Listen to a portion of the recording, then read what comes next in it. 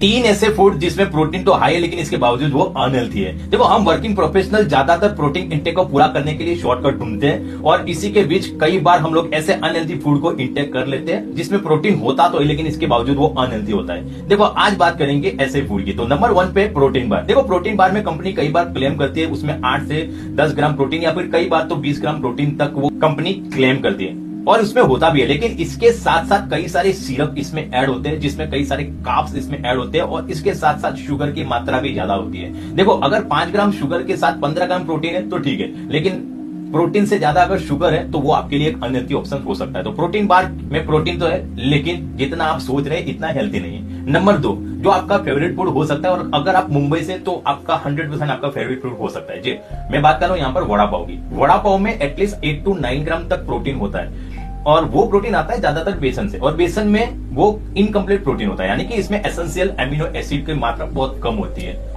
और उसके साथ साथ वड़ा तेल में डीप फ्राई किया जाता है तो वो अनहेल्थी हुआ। इसके साथ साथ पाव जिसमें मैदा और इसके साथ साथ सारी चटनीज वगैरह भी डाली जाती है तो जिससे इनकी कैलोरी भी हाई होती है। एटलीस्ट एक वड़ा पाव की कैलोरी 300 से 400 ग्राम तक होती है। इसके साथ साथ 8 से 9 ग्राम प्रोटीन तो होता है लेकिन कार्ब्स एंड ऑयल जिसमें बहुत सारा फैट भी होता है। तो वड़ा पाव में भी प्रोटीन है लेकिन अनहेल्थी है। नंबर 3 पे चिकन रोल्स। देखो, चिकन रोल्स में चिकन होता है जिससे प्रोटीन आपको मिलता है और करीब एक चिकन रोल में 18 से 25 ग्राम तक प्रोटीन होता है, लेकिन आप अगर इसको एक कंप्लीट प्रोटीन समझ के खा रहे हैं तो बहुत बड़ी गलती कर रहे हैं, क्योंकि एक तो इसमें चिकन है लेकिन इसमें चिकन ज्यादातर डीप फ्राइड चिकन डाला जाता है। कई बार इसमें रोस्टेड चिकन भी होता है, वो बेटर है, लेकिन अगर डीप फ्राइड डाला जाता है तो उसमें फैट बढ़ेगा।